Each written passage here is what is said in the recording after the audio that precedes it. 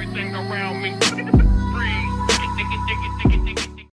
What's going on, everybody? Ian Tatum here with another episode of Chill Out and Talk.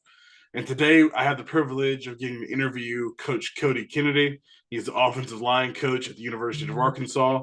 This is a really big deal because he was gracious enough to come on and talk to us on my podcast. And he talks about the ups and downs of his life through the coaching ranks and his perseverance to get where he is now. And he talks about his life, his journey, and his process that led to him where he is now and the success he's getting to have. Appreciate everybody watching. Make sure you like, comment, and subscribe. Again, Coach Kennedy, appreciate you coming on.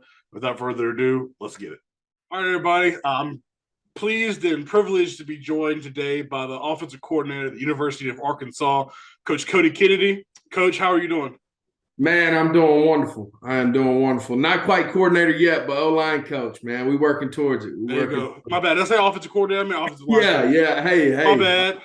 I'm on the way. I'm on the way, though. I'm on the way. Bad. Just O-line, though, man. I'll take the front five. Heck yeah. I've been doing my own, like, the videos on YouTube, and I'm so used to, like, my intro is, like, saying co-offensive coordinator, offensive line coach. Yeah, it's all good, man. It's all good. But, yeah, so the offensive line coach at University of Arkansas, Coach was so gracious to come on and talk a little, about him, his story. Coach, I'll be honest with you.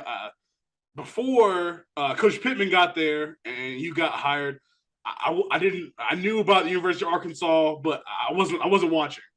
And being an offensive line coach, when Coach Pittman got hired, it's just it made me like, hey, I'm an Arkansas fan now because Coach Pittman made me feel like I was one of y'all.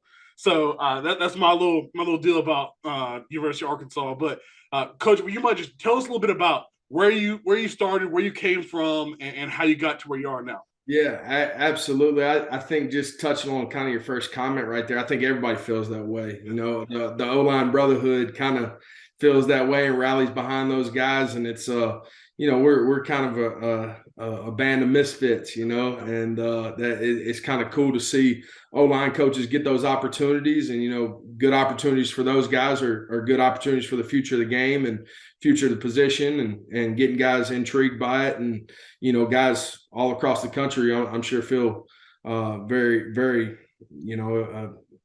applicable to that, so they can relate, but.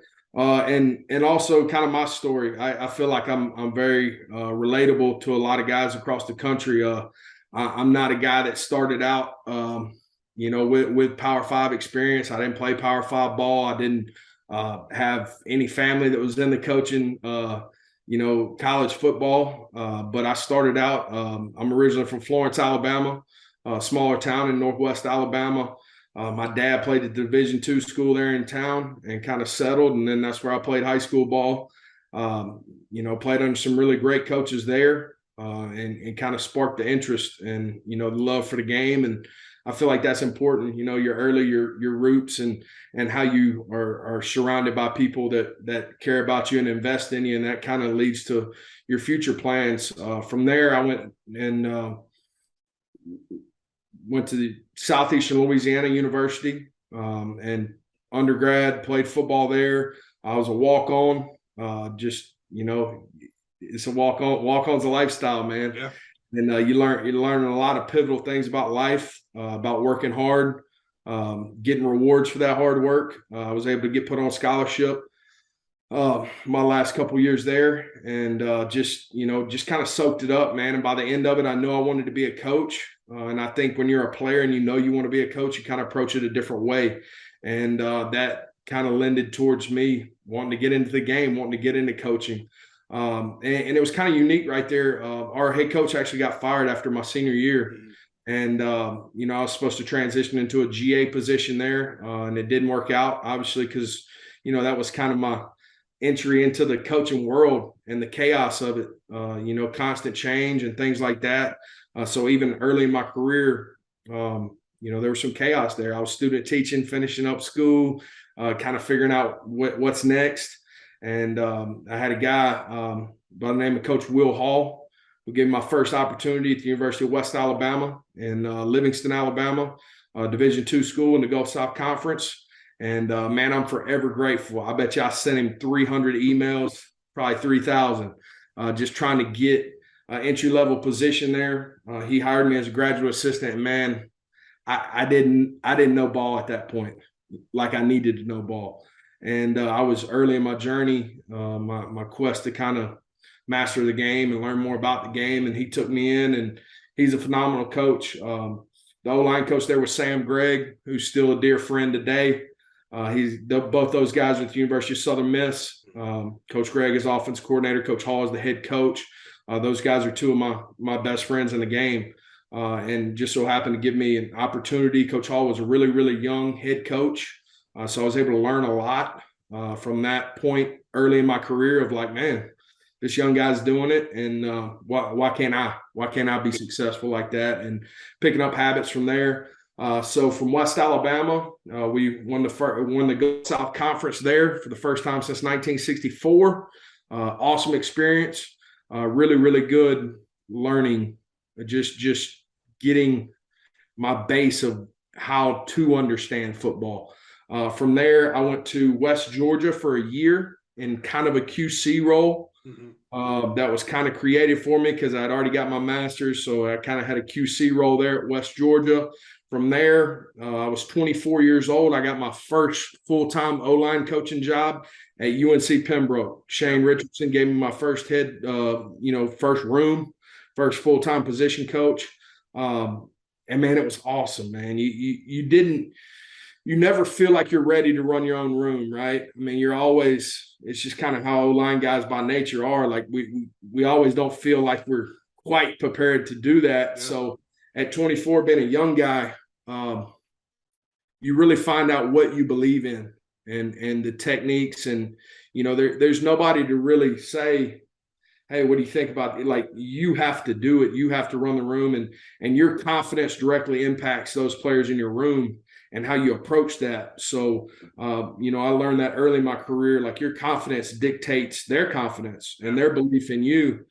So from there, I was Coach, there for I'm 1 year. I'm going to interrupt you, Coach. But yeah. Before we move on to the next part, when you were at Southeastern Louisiana, at what point did you say, hey, I want to be a coach? Like, what happened? Did somebody impact you? What happened? Man, my parents are both public school teachers, man. Okay. My mom is a ESL coordinator and former Spanish teacher, and my dad is a retired middle school math teacher. And my dad was a high school ball coach early in my career, and kind of got out of it as I started playing. And he's been a fan ever since. But man, football, like it was our connection. It was mine and my dad's connection. It was our family's connection, playing it and going through that. So, I always knew, like, man, I might want to do this. But to be honest with you, it was almost a process of elimination. I couldn't see myself doing anything else. Yeah. I mean, and I don't feel bad by saying that. It's just I couldn't see myself doing anything else. So when you start Xing things off the list, you're like, man, this is what I want to do because I can't see myself doing anything else and being happy doing it. So you said you were doing your student teaching. What would you have taught? Man, health or PE. Yeah. It was my original certification. I got into it as, man, I got into college and was going to have this great physical therapy route and kind of go through that. And then I called my mom one day and said, man, I'm going to be a coach, Mom. So, despite her best, her mother's intuition, she was a little bit wrong at that point because she was on the phone and she wasn't too fired up about it at the point in time, but man, both my parents were teachers, and they impacted a lot of people throughout my community, throughout my town, and that was really special for me to see too. Kind of my dad running up on former players and former coaches and seeing kind of that bond and stuff as a kid growing up. That's like really impactful, man. And it's something you really don't get across other walks of life. At times, I rarely see kind of that bond. I mean, just like this, coming on this deal, I mean, we're connected by the game. Yeah. And you get to meet great people and people that are crazy about the same stuff you are. And but yeah, just I'd say process of elimination. Yeah. I just, I was hooked on it, man. I was hooked on it from early.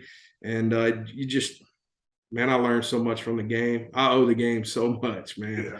So much. And it's been really good to me. And but I've always felt that, even in my crazier situations, which I ran into some of those as well. Yeah, so at Pembroke, so I'm in North Carolina, so obviously I know UNC Pembroke. So you talk about being at a young age. Talk about maybe some struggles or just some things you had to navigate since you were pretty much as young as these guys were. You're just out of the game for a couple of years. Yeah, I think as a young guy, okay, the ability to change is hard, right? You're coming from a deal where I just learned a system that was really successful, right? So we had success at West Alabama. We had success at West Georgia. We went to the Final Four, lost to CSU Pueblo in the semifinals. So, man, I think I got the world by the tail. Yeah. You think you got it all figured out, man. If I just do this, if I call this stuff this, then that's the best way to do it because we've had success there. And going to Pembroke, it really – it was almost a reality check of like, man, there are other ways to do this, and I got to find the best way to do it. And just because it's the way that I learned how to do it doesn't automatically make it the only way to do something. And I think that sometimes as O-line coaches, like I'm critical of O-line coaches in that manner of like, just because you don't believe that that's a way to do something doesn't mean that that's not the only successful way to do it, if that makes sense. And I learned that at UNC Pembroke, man. I worked under a coordinator who presented things to me in a different way. And as a young guy, you want to say, well, hey, I came from this really successful D2 where we did this. Mm-hmm. Well, that's not what you're hired to do. You're hired to make the coordinator's job easy. You're hired to make the head coach's job easy. You're an assistant coach. That's what you do. You make their jobs easier by implementing their system and their belief as confidently as you can, because if there's any fracture in the chain of command, that's going to get to your kids, right? And your kids' confidence goes down, and now it's a big, well, we do it this way, but I used to do it. Man, when you're hired to do a job, nobody cares the way you used to do it. Yeah. Nobody cares. You're hired to do that job. And that was an important lesson for me, man, because, to be honest, I was a little bit cocky rolling into it. I kind of, I didn't know if I was ready to run my own room, but I felt like I knew winning football. And it was a really good reality check from that standpoint of like, man, hey, be educated on the topic and on the subject and be prepared to teach it. But not everybody wants your opinion on everything as a young guy.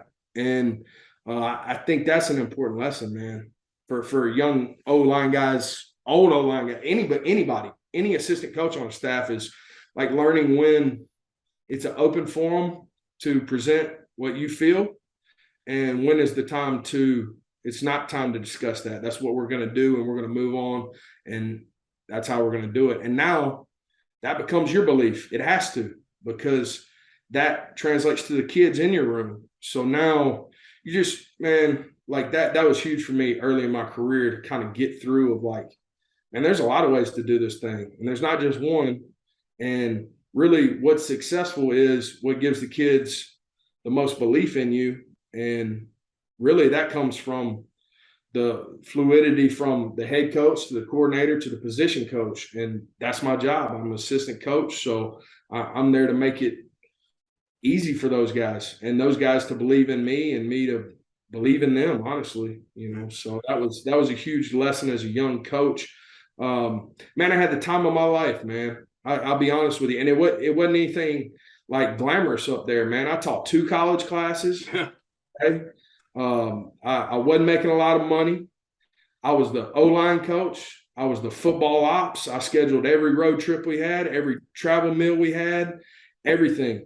And it wasn't, never once was I like, I didn't sign up for that. Yeah.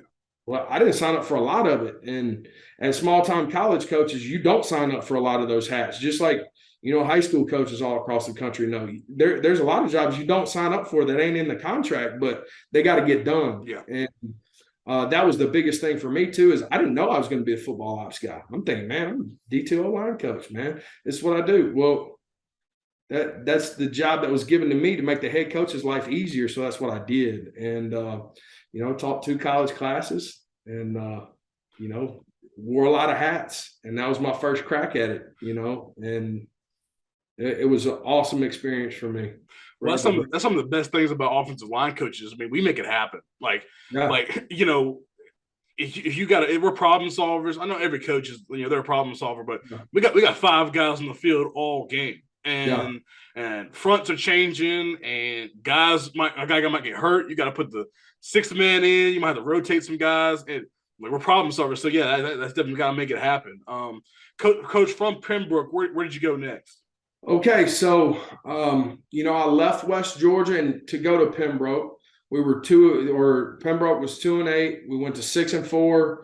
Really big improvement there. Obviously not me. I'm not saying I did that, but as a team, we're able to improve. So Coach Hall called me back. He had some staff shuffle up, hired me as a full-time O-line coach at West Georgia. Was able to get back with him. Went on a 2-year run there.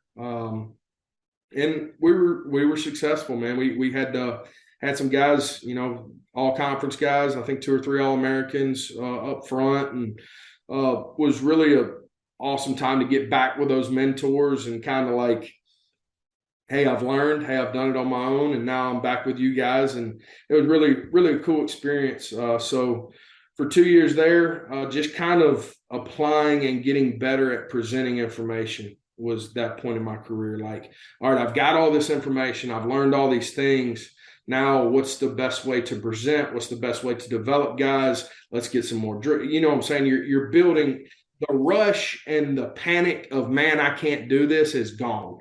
There's no doubt in your head at that point because you've done it. So over those years, just managing, kind of retooling the foundation a little bit, just kind of finding out really what I believe in. I had all this knowledge now. I had all the different schematics, different schemes, things like that. Now, what do I believe in? What's me as a coach instead of all this other stuff? How can I join it together? And that was important for me, just to build that within my career at a phenomenal place, man. University of West Georgia, Carrollton, Georgia, unbelievable town, unbelievable city. And it was really, really cool getting back with my guys too. And that was big. And then from there, things get a little bit crazy, man. This is kind of the point where it gets relatable for people because it's not like the storybook transition, Coach Hall leaves and goes to be the offensive coordinator at Louisiana Lafayette. That was after my first year back. So my second year, I was under David Dean at West Georgia. I was there for a year. And then, man, I felt like I was getting complacent and it scared me. I was, 26 at that time, and I felt complacency and it scared me to death. Like, just honestly, just scared me to be that young and be like, oh man, like what's next? Like, guys aren't getting big time opportunity. There's not a lot of leveling up. Our head coach just left to be a coordinator. What does that do for me? Yada. So I go and interview at the University of Alabama for a graduate assistant job. Don't get it. And that, being from Alabama, that was a big deal for me at the time. But looking back, it's like it's funny how it works, man. And, I don't know what you believe or anything like that, but, God had a plan for me. Heck yeah. And I thought it was to go do that, but it wasn't. And I can remember driving back and kind of getting that information. I was at the lowest point of lows because you feel like you get that opportunity to do it. It didn't work out. And then, I'm down. And I'm there 2 days later, start getting some calls from guys at FAU who had connections with the guys from Alabama. They called me and they said, hey, man, would you want to do something like that down here? And, emotionally fueled, you pick up the phone, you're like, yeah, let's do it. You don't weigh out a lot of options. So I loaded up the truck and took a GA job at FAU. during what I would think would be my last year in my GA window, which is 7 years. So this is the 7th year. I'd been coaching for 6 and GN for 6 total. So I load up the truck. I go to Boca Raton, Florida, and I go through a spring. And I'm under Coach Kiffin down there. Mm-hmm. Wilson Love was down there. Clint Trickett, Charlie Weiss Jr., a lot of really great young coaches. And, I was a little bit in a rut, man. I'm not even going to cut it to you. I mean, went from making E2 money. Then you go back to the GA pool and you're living in South Florida where it ain't real cheap in South Florida. Yeah. So you're going back to, man, how am I going to make things shake? And then that summer, Coach Pittman called me in June. And I had just been at FAU for like 3 or 4 months there.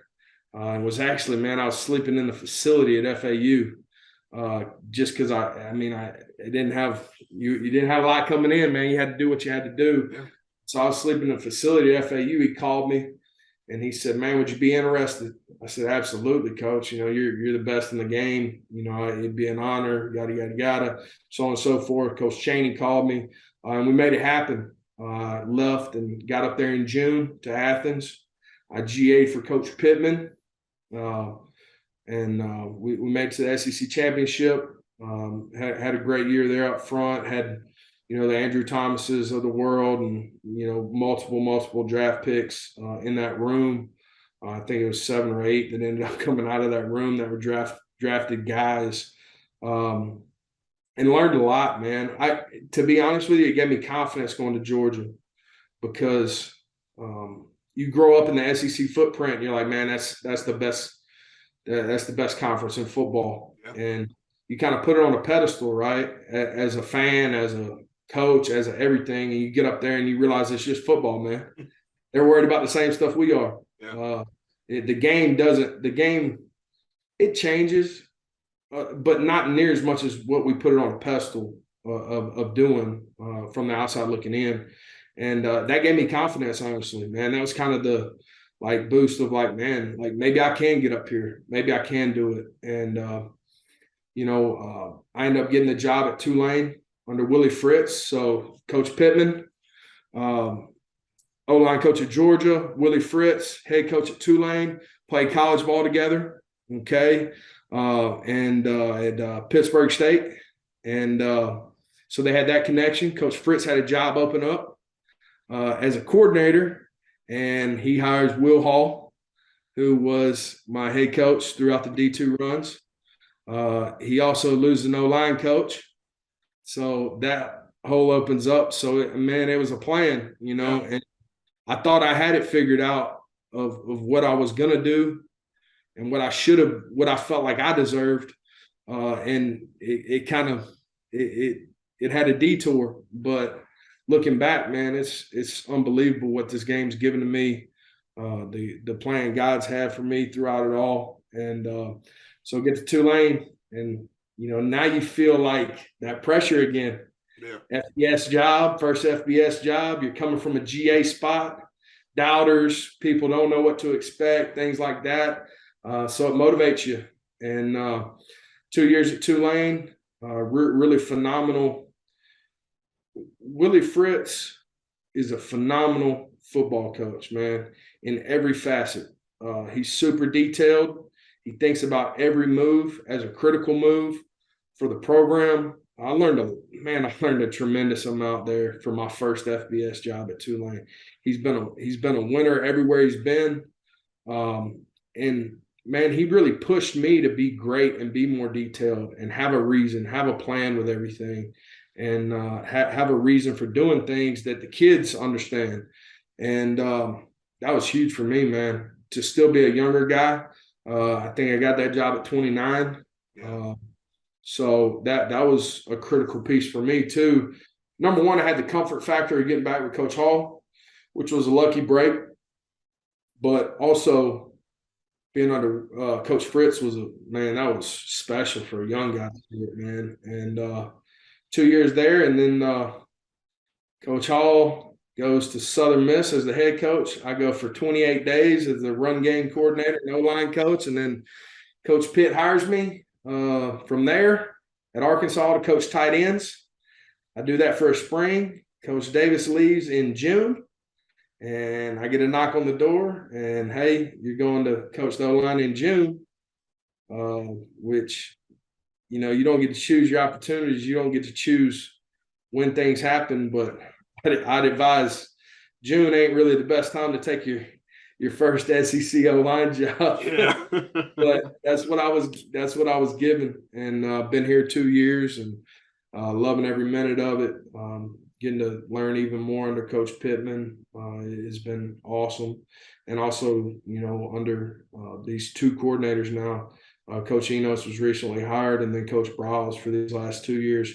It's been awesome, man. It's been really, really cool. But yeah, that's I try to shorten that story up all the time, but you really can't, man. There's so many ends and so many twists in it but I think that makes it relatable to guys, because that's not the storybook like typical progression of it, but I love it, Coach. Just see the ups and downs. You go from small ball to to Pembroke, where you got your own guys, but then you teach in a class, but then you go to be another GA for a spring, but then you got to go. You get a call from Coach Pittman, and now you're back to Georgia. Now you go to Tulane with Coach Fritz, which I heard Coach Fritz at the AFCA convention this year. Phenomenal man, and their bowl game against USC was amazing, and I know he was a blessing to you. And then you get Sam Pittman, he's a great man. He calls you back, so like you were jumping and jumping and jumping, but the whole time, because I believe in God, and so God's got you. He ain't gonna let you go. I got you. I'm gonna put you where you need to go, and that's awesome. Talk about because like y'all have been great running the football, and as offensive line coach, like y'all want to run the rock, and I was watching y'all play several teams, and my wife's watching, and she's like, well, why are we watching Arkansas? I'm like, because they are great. They run the football, and I'm taking notes, and she's like, Rocket Sanders, first off, amazing running back, but she's like, yeah, he's really good. I was like, yeah, but the guys up front are making it happen. I was like, watch these guys. Like, yeah, he's a phenomenal running back, but watch these guys. And so I told her that I was having you on, and she's like, I watched their games. Like, yeah, you can watch the podcast. So yeah, talk about your guys up front right now, Coach, at Arkansas. Like those guys, road graders. Yeah, man, it's been really fun, and to be honest with you, like it's been fun because that room's been through so much, right? I mean, they've seen the turns of a program, the changeover in coaches, and when you're building a program, when you're trying to instill your spin on it, it's just really fun to see guys reach their potential. And we've had guys come through the program that really. We had some under-recruited guys up front that really weren't the 4 and 5 stars of the world that have come in and are going to have a really realistic shot at getting drafted, and guys that we've been top 5 in the Power 5 back-to-back years running the football, and there's things you have to get better at and constantly improve, but that's the journey, man, and trying to instill. Just if you work hard and you handle your business and you try to keep working to perfect your craft, good things are going to happen. That's the reward, right? As coaches, man, like the people talk, throw around the process and things like that. But it is, man, like the enjoyment is in that building of something special. And that's just for my guys up front, man. I try and coach them hard, to be honest with you. And I coach them hard, but I get fired up for them when good things happen. And I think if you can keep that balance, there's some strong pieces. There's some strong learning points in like coaching guys hard. I think there's value to it, but you got to have the investment into those guys, and they have to know that you genuinely want the best for them. And honestly, you have to have a blueprint for success, and you have to show that happening amongst other players and things like that, and highlight that to keep other people motivated. And I think that's kind of the journey for us, is like just enjoying that building process. And it's not easy, man. It's not easy for the O-line world right now, to be honest with you, because we're a position of development, right? So sometimes younger guys aren't going to play early because it is a position of development. And the world now of college football is you either play or you leave, to be honest. And that piece of it threatens the game a little bit because of the developmental piece. And I'm not going to get on the soapbox of all that, but just that's things you have to navigate, dealing with players and dealing with the O-line specifically, that you got to enjoy that process and celebrate the victories of getting better. Hey, we fixed this. Now let's work to this. Yeah. But let's celebrate this too, because we got to celebrate this to get our minds ready to go attack this next level. And that's just kind of how I try to reach my guys. Now they'll if they were running right, I'm hard on them. But also have a blueprint for success for them and a standard for them, and that's valued. That's still valued this day and age. And I don't think that'll ever leave the game. No matter how much changes, there's going to be an old school aspect of developing guys and them seeing their hard work pay off and pay dividends, and that's still there, man. And there's still an old school edge to it. There always will be, because of the physicality of the game and how it's not for everybody. There's going to be that feel to it. Yeah. Coach, I want to respect your time, because I told you about 30 minutes. But first of all, I love the hoodie. The OM Masterminds, love the hoodie. Yeah. I usually have some type of a hoodie, but I was going through my wardrobe. I'm like, that's a college shirt. That's a college shirt. I can't be wearing that. So I need to get an Arkansas hoodie. Yeah, we got to work on it, man. Yeah, we need to do that. But I love what Coach Duke does with O-line Masterminds. It's great stuff. Yeah, I think it's great for the culture, man. I think it's great for doing a great job of just promoting the brand of O-line. Yeah. I think there's guys all over Twitter that are, promoting the good of the game, the good of the position, which is, man, it's awesome to see. And I'll get behind all that. I'll get behind any and all of them, as long as it's rooted in, trying to progress the game and trying to really progress our position. Yeah. And it's big. Yeah. Two things real quick, Coach. Just really fast, talk about Sam Pittman, your best Sam Pittman story. You've been around him for a long time. Oh, because it would be a dream. Story. It would be a dream to get Coach Pittman on the podcast. So give me a story. He is, I guess my favorite story is, I encounter this question all the time. Is he really like what he's like in an interview? Yeah. And yes, he is. He's a genuine person. I don't know if there's one story that just encompasses it, but like he's one of us, man. Like, it's just like you get that feeling about it. Just a genuine person who is going to hold you to the standard that you need to be at. Don't get that misconstrued in any way. But there's a difference in working out of fear and working out of respect. Yeah. And there's also a difference in coaching with fear being the motivator versus caring about something. Like there's different things along that. But Coach Pitt is just a genuine guy, man. And he worked hard, and he never thought he'd get an opportunity like this. And he's extremely grateful for it.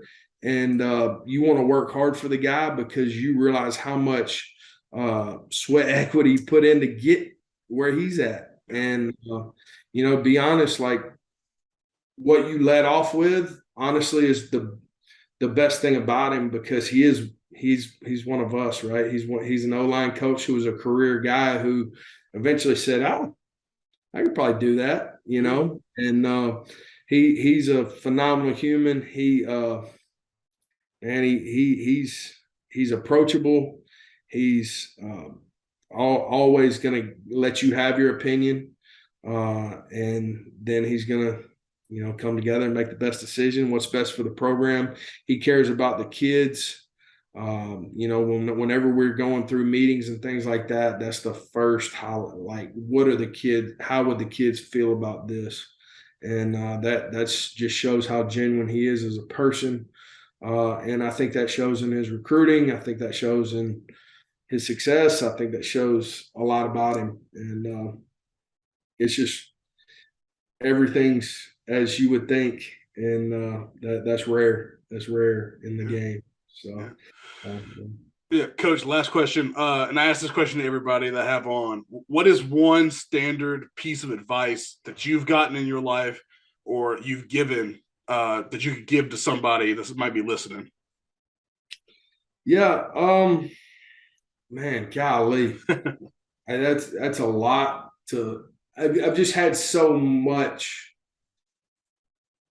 come to me that could feel that. I'm trying to get the best one for you.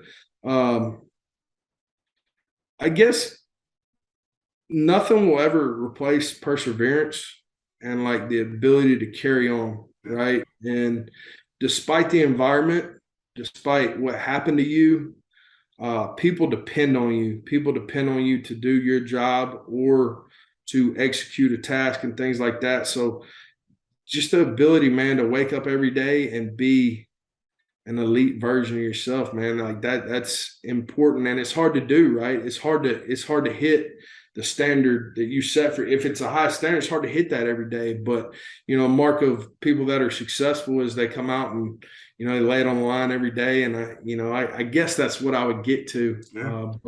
Yeah. My story kind of, I guess to, put a Cliff Notes version on my story is like the perseverance piece of it. Is, you think things are going to go a certain way and they don't. Well, how are you going to react? Because in the end, there's going to be very few people in your life that genuinely care about you and care about your success.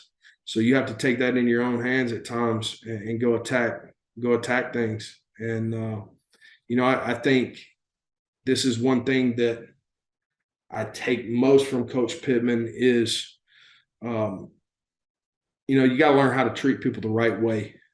And that goes a long way in life. That goes a long way in your career. But the genuine right way to treat people, I think that's undervalued in our society because everybody's on this solo, like, hey, I got to do this. I got to get here. I got to do this. Everybody's, tunnel vision, right? Tunnel vision for what you're trying to do. But really, at the end of the day, it's going to come down to how you treat other people as well, coupled with that drive and success to hit your standard every day. But, you got to know how to treat people the right way and people with respect and people who hopefully reciprocate that, respect you. Those are all big things. I guess I build myself on trying to do that, man, treat people the right way.